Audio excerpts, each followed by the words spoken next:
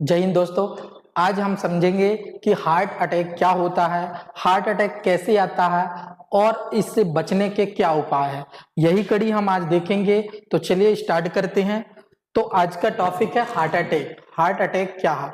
अब heart attack समझने से पहले हमें हार्ट समझना होगा कि हार्ट क्या है, किस प्रकार से इसकी वर्किंग होती है और कैसे इसमें ब्लॉकेज होता है और उसे फिर हम हार्ट अटैक कहते हैं। समझिए, ये डायग्राम है, एक ह्यूमन बॉडी है, ये नर भी हो सकता है, मादा भी हो सकता है। अब इसमें बात करते हैं हार्ट की लोकेशन। जो हार्ट है जिसे हम क्या कहते हैं, दिल। दिल कहाँ पे पाया जाता है, तो दिल की स्थिति बात करें हम, हमारे दोनों लंग्स जो फेफड़े हैं, दोनों लंग्स के बीच में इसकी लोकेशन है। यदि आप देख पा रहे हैं डायग्राम में, तो ये देखिए, ये भाई हार्ट की क्या है लोकेशन या हार्ट की स्थिति। ये है आपके दोनों लंग्स और दोनों लंग्स के बीच में आपके हार्ट की लोकेशन है। अब बात करते हैं, देखिए हार्ट की लोकेशन तो दोनों लंग्स के बीच में है, पर आप ध्यान से देखेंगे थोड़ा सा तो बायां, ये देखिए यहाँ पे मैं खड़ा होता हूं भाई, ये है मेरा क्या हार्ट है और ये है मेरे लंग्स, दोनों लंग्स के बीच में हार्ट है। अब ये मेरा बायां हिस्सा कहलाया और ये दायां हिस्सा कहला। आप लोग सेम मुझे सही ये डायग्राम पे इमेजिन करिए। यहाँ पे देखिए, ये बायां है और ये दायां है। अब यहाँ पे देखेंगे आप तो ये हार्ट का क्या है, स्टेट है। यहाँ पे हल्का जो हार्ट है बायां ओर कैसा है, घुमा हुआ। ठीक है, ये देखिए, ये स्थिति आप देख पा रहे हैं। तो हार्ट दोनों फेफड़ों के बीच में तथा हल्का बाएं तरफ घुमाव पाया जाता है। तो हार्ट की स्थिति देख लिया हम। अब बात करते हैं हार्ट क्या वर्किंग करता। तो हार्ट की जो वर्किंग है वह है क्या भाई, पंपिंग करना। क्या वर्किंग है, पंपिंग करना। जो हमारा ब्लड है, अब हमारे जो बॉडी के विशेष ऑर्गन है, सभी ऑर्गनों की ब्लड की आवश्यकता होती है और ये जो ऑर्गन है, इन ऑर्गनों को ब्लड ट्रांसफर कौन करेगा भाई, वो हार्ट करता है। हार्ट पंपिंग करता है। पंपिंग कैसी होती है भाई, संकुचन और अनुशीतलन को ही क्या कहा जाता है, पंपिंग कहा जाता है। समझिए, यदि कोई किसान, आप सरल भाषा में समझेंगे, किसान तो देखा होगा आपने, किसान के बहुत सारे खेत भी होते हैं और खेतों में सिंचाई के लिए उसे पंप की आवश्यकता होती है। ये देखिए, ये पंप है भाई, ये पंप लगा हुआ है और ये पंप की सहायता से वो खेतों में क्या कर रहा है, सिंचाई कर रहा है। देखिए पानी यहाँ पे गिरा रहा है किसान और इस केनाल के माध्यम से इस खेत पे और आगे जाके जितने भी खेत होंगे, 8-10 खेत, सभी खेतों में वह सिंचाई करता। पर पंपिंग का वर्क कौन करता है, ये पंप, ये मशीन करती है। ठीक इसी प्रकार हमारी बॉडी में भी ब्लड का फ्लो विशेष ऑर्गनों में होना, सभी ऑर्गनों में होना है। तो इन अंगों तक पहुंचाने के लिए हार्ट क्या करता है, पंपिंग करता। तो हार्ट की आप तुलना एक मशीन, एक पंप मशीन, टुल्लू पंप वगैरह आप यदि घर निर्माण में यूज किए होंगे तो इमेजिन करिए, तुलना करिए। तो ये पंपिंग करता है ब्लड, फिर उसकी सहायता से हमारी बॉडी में क्या होता है, फ्लो होता है। अब बात करते हैं हार्ट। हार्ट का विशेष कार्य मैंने बता दिया, केवल और केवल क्या है, ब्लड पंपिंग करना। क्या है, केवल और केवल ब्लड पंपिंग। इसका कार्य ये नहीं है भाई, प्यार व्यार वो कहते हैं ना आप लोग, ओ दिल तोड़ कर मेरा, है ना, ऐसा कुछ गाना है ना, वो गाना फॉलो नहीं करता। इसका सिर्फ एक ही कार्य है, वह क्या, पंपिंग। इसके अलावा यदि हार्ट की बात करें हम, तो हार्ट का जो वेट है, भार है, वजन, वेट है, इसका वेट है 250 से 300 ग्राम है, ग्राम में है, ध्यान रखेंगे, 250 से 300 ग्राम इसका भार है। और इसकी तुलना हमारी मुट्ठी, हमारी हाथ की मुट्ठी से इसकी तुलना की गई है। या एप्पल, सेव तो देखा होगा, जब घर में बीमार वगैरह होते हैं, देखिए इंडिया में अधिकतर जब निम्न वर्ग में क्या होता है, केले, सेब, फल, फ्रूट्स वगैरह तभी देखने को मिलता है। यदि कोई इंडियन समझ लीजिए या निम्न वर्ग का व्यक्ति यदि फ्रूट खरीद रहा है, चाहे वो केला हो, अनार हो, सेब, फल, तो ये तो 50% चांसेस होते हैं कि उसके परिवार में कोई ना कोई बीमार होता है ना। तो सेब, फल, ठीक है।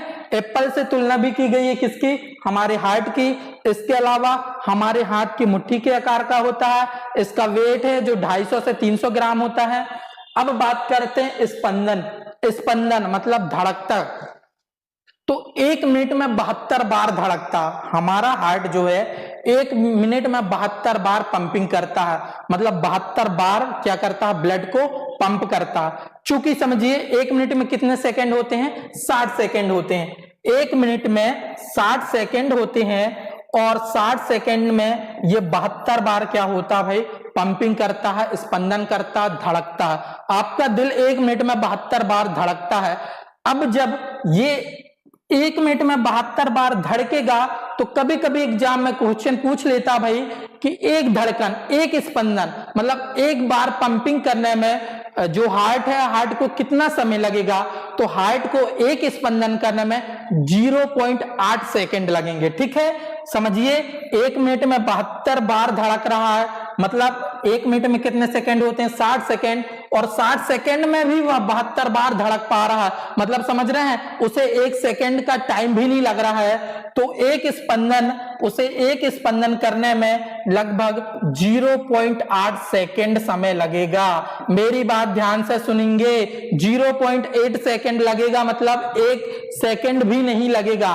तो आई होप आप लोगों को ये हार्ट वगैरह समझ में आ गया होगा। अब हमारा उद्देश्य था हार्ट अटैक, है ना, हार्ट अटैक क्या होता है समझेंगे। अब देखिए, हार्ट का काम मैंने बताया, ब्लड को क्या करना, पंपिंग करना, और हमारे विशेष ऑर्गनों, सभी ऑर्गनों, है ना, चाहे वो पैर से उठाएं हम या ब्रेन तक, ब्रेन से काउंट करें या पैर तक, सभी ऑर्गन में ब्लड जाता है और ये पंपिंग का कार्य हार्ट करता है। अब देखिए, ब्लड पंपिंग तो करता है भाई सभी ऑर्गनों में, पर कुछ ना कुछ ब्लड तो अपने लिए भी जरूरी होना चाहिए। अपनी सुरक्षा के लिए ब्लड भी तो संचित रखेगा ना, अपनी बॉडी में फ्लो होना चाहिए, तभी तो वो पंपिंग कर पाएगा, है ना। तो ये कुछ ब्लड क्या है, अपनी बॉडी में भी क्या करता है, कुछ नर्व, कोरोनरी आर्टरी के माध्यम से ये अपने लिए भी फ्लो करता है। यहाँ पे देखेंगे, ये जो दिखाई दे रही है आपको, ये है कोरोनरी आर्टरी, धमनी है। यहाँ पे देखिए, इस डायग्राम पे आप देखेंगे तो कुछ इस प्रकार की, देखिए हल्की हल्की इस प्रकार से ब्लू कलर की, कुछ व्हाइट कलर की, इस प्रकार की संरचनाएं दिखाई दे रही हैं। यही है भाई कोरोनरी आर्टरी। इन्हीं में क्या करता है, जो हार्ट के अंदर ब्लड क्या होता है, फैलता है या हार्ट के अंदर फ्लो होता है। देखिए, ये ठीक उसी प्रकार है। देखिए होता क्या है, ये थोड़ा सा हार्ट सेल्फिश है, अपने लिए ये हार्ट थोड़ा सा सेल्फिश है। समझेंगे कैसे, आपने देखा होगा बड़ी बड़ी इमारतें, बड़ी बड़ी बिल्डिंग, बड़े बड़े आलीशान बंगला का निर्माण एक जो कारीगर करता है भाई, एक मिस्त्री करता है। पर सोचिए, भारत में ये हाल होता है कि जो मिस्त्री आलीशान बंगलों का निर्माण करता है और उसी की सिर पे एक छत नहीं होती। ये क्या बात है।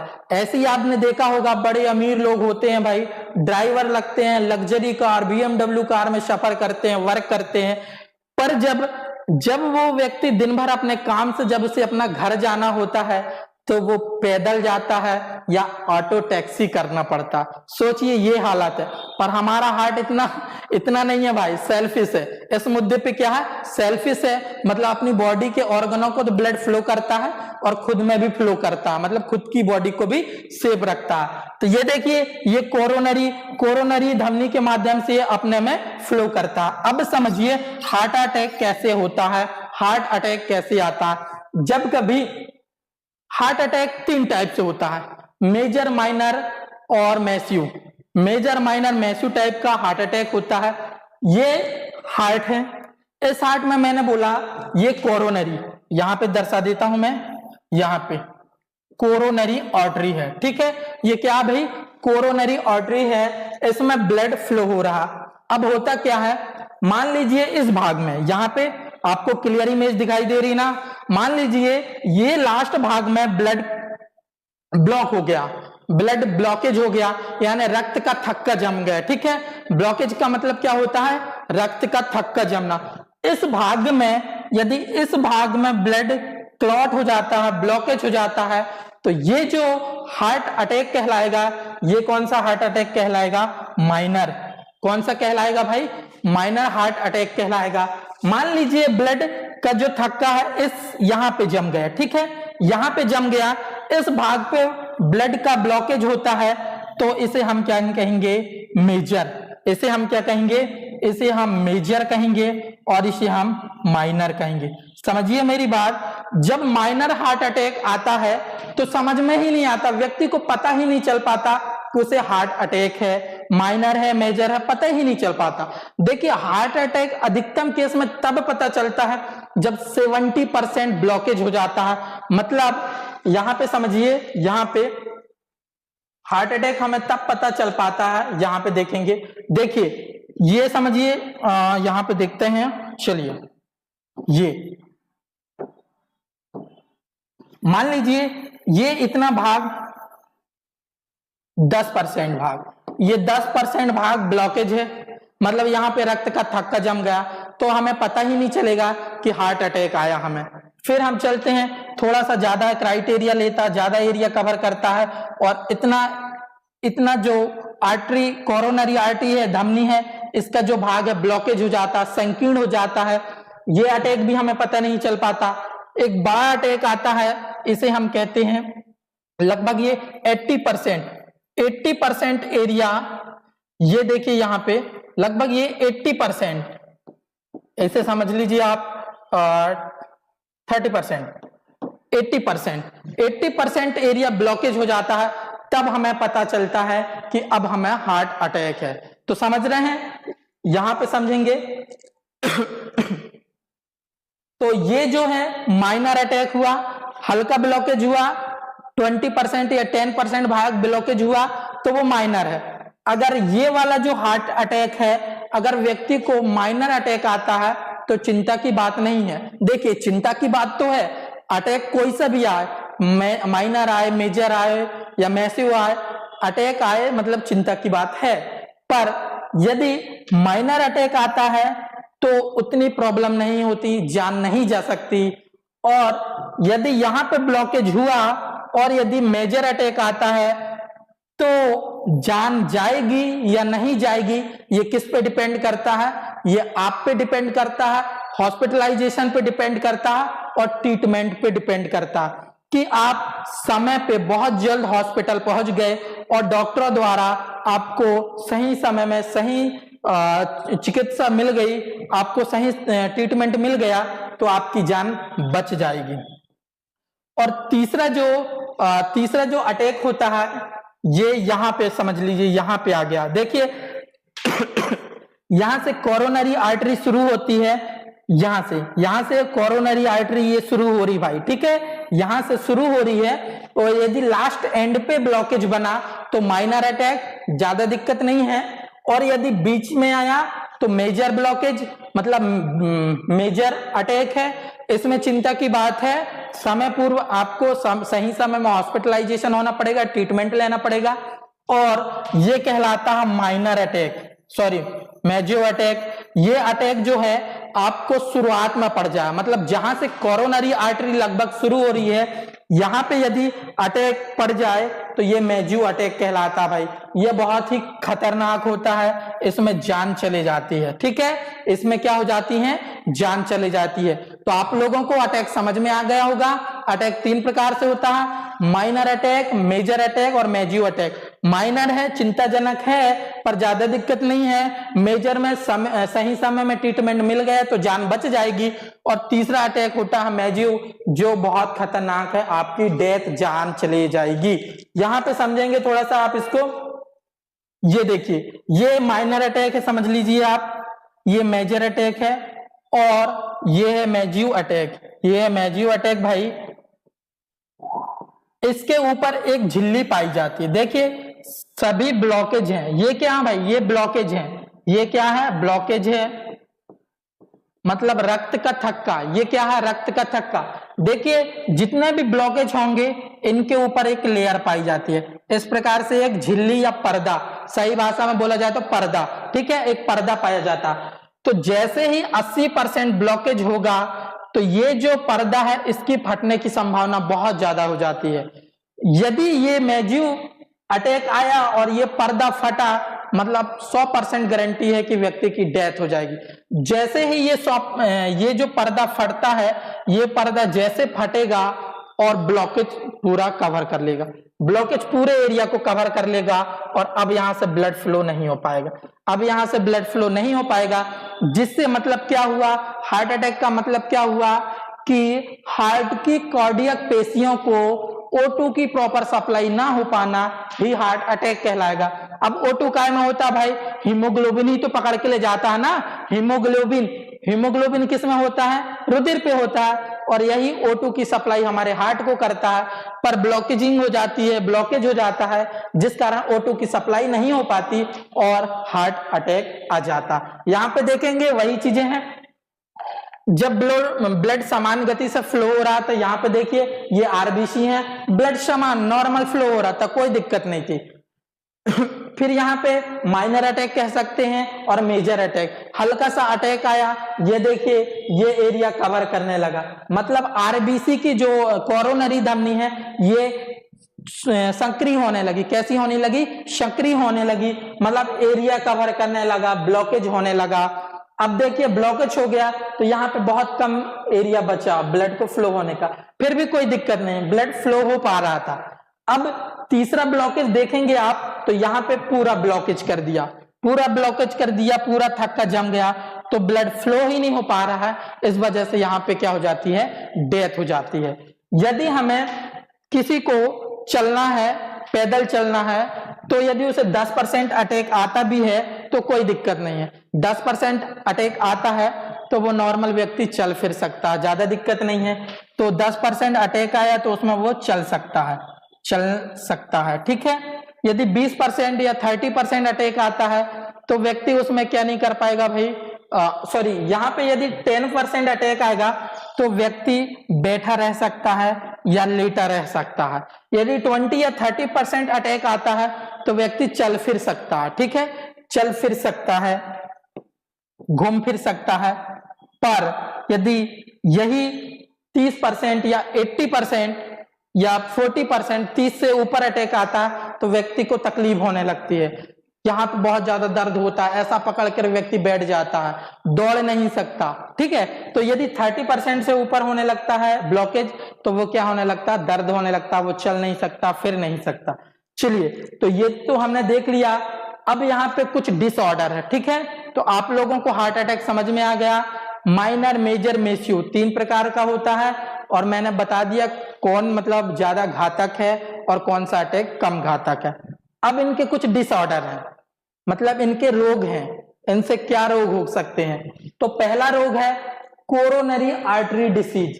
क्या भाई, कोरोनरी आर्टरी डिसीज। इसमें क्या होता है, अब हम समझेंगे अटैक एक्चुअल में आता क्यों है।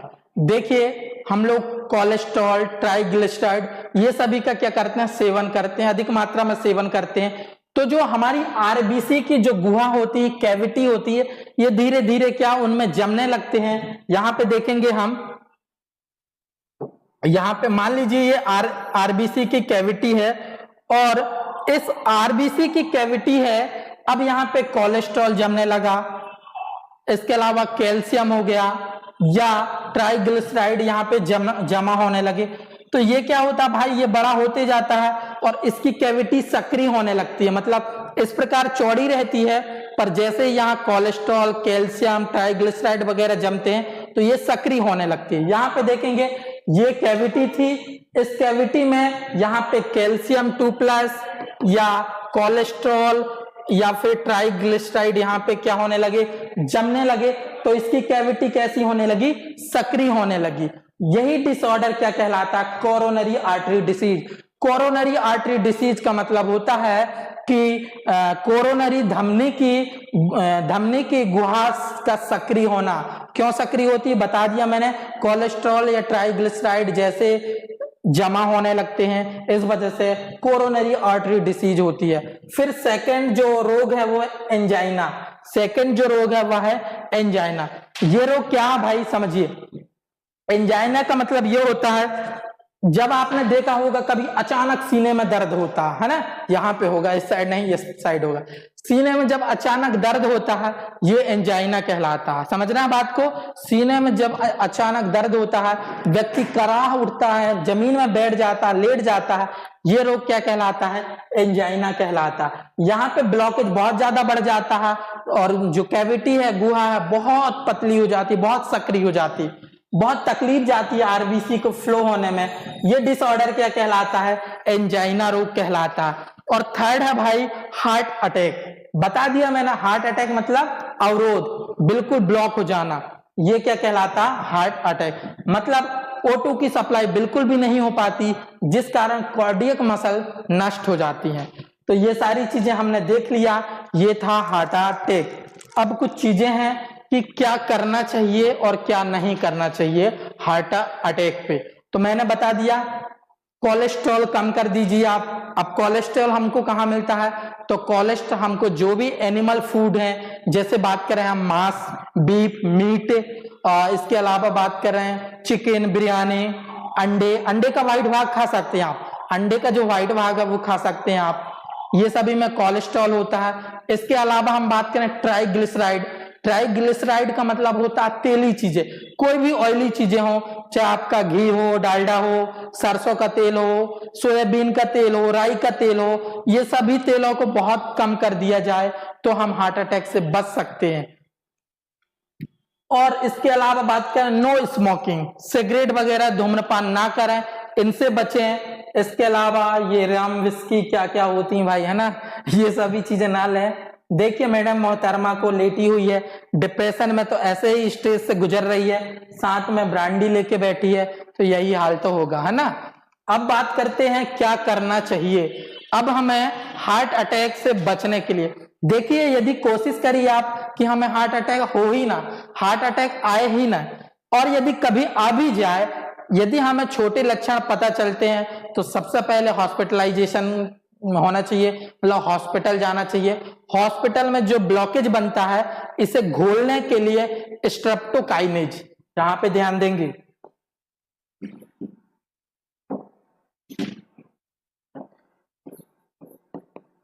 स्ट्रेप्टोकाइनेज। तो जो ब्लॉकेज बनता है हार्ट अटैक के दौरान, जो रुधिर का थक्का जमता है, इसे घोलने के लिए स्ट्रेप्टोकाइनेज का इंजेक्शन दिया जाता है। ध्यान रखेंगे, क्वेश्चन में एग्जाम में बहुत बार ये क्वेश्चन बना हुआ है कि हार्ट अटैक के दौरान जो रक्त का थक्का को घोलने के लिए कौन सा इंजेक्शन दिया जाता है, तो वो स्ट्रेप्टोकाइनेज दिया जाता है। अब बात आती है कि हार्ट अटैक से बचने के लिए हमें क्या करना चाहिए। तो देखिए क्या मस्त है, मोहतरमा की पूरी फैमिली मस्त वॉकिंग कर रही है, ऐसे चलते फिरते रहना चाहिए, ऐसा नहीं कि एक जगह बैठे हैं। मोटापा नहीं होना चाहिए, ये देखिए ये वॉकिंग हो रही है। इसके अलावा एक्सरसाइज होना चाहिए, कुछ इस प्रकार की एक्सरसाइज होना चाहिए। इस प्रकार की यदि हम एक्सरसाइज करेंगे तो हम हार्ट अटैक आने से ही बचेंगे, ठीक है, हार्ट अटैक ही नहीं आएगा। अब आप सोचोगे सर, अब एक बात आपके मन में यदि आती होगी कि सर कौन सा अटैक सूट करता हमें, तो बता दूं मैं, कोई अटैक सूट नहीं करेगा। पर यदि माइनर अटैक आता है आपको 4-5 बार, और भी बार आता है, तो आपकी जान नहीं जाएगी। और मेजर में आपके ऊपर डिपेंड करता है, समय में हॉस्पिटल पहुंचिए, और मेसियो में तो आप जाएंगे, ऊपर की टिकट कट गई मतलब कट गई, अब यमराज भी आपको नहीं रोक पाएगा, ठीक है। अब इसके अलावा हम देखेंगे कुछ टर्म है ना, कुछ वर्ड हैं, कुछ टर्मोलॉजी है, इसे समझेंगे। एंजियोग्राफी, एंजियोग्राफी क्या है, तो रुधिर वाहिकाओं में थक्के का अध्ययन करना एंजियोग्राफी है। मैंने बताया था कि कोई आरबीसी, कोई रुधिर वाहिका है, उसमें ब्लॉकेज हो जाता है, और उस ब्लॉकेज का यदि हमें अध्ययन करना है तो वह हम एंजियोग्राफी के थ्रू उस ब्लॉकेज का अध्ययन करेंगे। नेक्स्ट टर्म है एंजियोप्लास्टी। क्या है, एंजियोप्लास्टी का मतलब होता है शल्य चिकित्सा के द्वारा जो ब्लॉकेज है उसे हटा देना, ठीक है। शल्य चिकित्सा का मतलब होता है सर्जन काटपीट, है ना, ऑपरेशन वगैरह होता है ना, वही कहलाती है शल्य चिकित्सा। तो शल्य चिकित्सा द्वारा थक्के को हटाना क्या कहलाता है, एंजियोप्लास्टिक। यदि कभी किसी को हार्ट अटैक आ जाता भाई, तो बाईपास सर्जरी करी जाती है। क्या की जाती है, बाईपास सर्जरी। बाईपास सर्जरी को शॉर्ट टर्म में CABG, CABG कहा जाता है, मतलब कोरोनरी आर्टरी बाईपास ग्राफ्टिंग, ठीक है। समझिए क्या होता है बाईपास सर्जरी। आपने रोड का नाम तो सुना होगा, मंडला के निवासी हैं, मंडला में बाईपास रोड बनी है, जो कटरा से बाईपास होके आपको वो आमा नाला में निकाल देती है, मतलब क्या कर देती है, आपको मंडला से बाहर कर देती है। मंडला अंदर आपको प्रवेश ही नहीं करना पड़ता, ये क्या कहलाती है, बाईपास कहलाती है। मान लीजिए यहाँ पे देखेंगे आप लोग, बाईपास क्या भाई समझेंगे। मान लीजिए ये है रुधिर वाहिका, और यहाँ पे ब्लॉकेज बन गया, ठीक है, यहाँ पे ब्लॉकेज बन गया। अब इस ब्लॉकेज को हमें बाईपास करना है, मतलब यहाँ पे हम दूसरी वाहिका बना देंगे, इस प्रकार दूसरी वाहिका बना देंगे और ब्लड का फ्लो कुछ इस प्रकार से कर देंगे, हम कुछ इस प्रकार से कर देंगे, मतलब इसे हम क्या कर देंगे, यहीं रहने देंगे, इससे बाहर हम दूसरी रुधिर वाहिका निर्माण कर देंगे। इसके लिए हमें पैरों से कुछ यूज किया जाता है और हमें छाती कुछ नर्व यूज किया जाता है। तो याद रखेंगे बाईपास सर्जरी के लिए पैर या छाती की नर्व यूज की जाती हैं। ये चीजें क्या कहलाती हैं, बाईपास सर्जरी। तो आज हमने हार्ट अटैक पढ़ा था और हार्ट अटैक में सारी चीजें देख ली भाई। हार्ट अटैक क्या कहलाता है, हार्ट अटैक कितने प्रकार का होता है, ये सारी बातें आपको समझ में आई होंगी। आई होप यू आप लोगों को ये सब सारी चीजें समझ में आई। फिर मिलेंगे हम नेक्स्ट क्लास में, तब तक के लिए जय हिंद।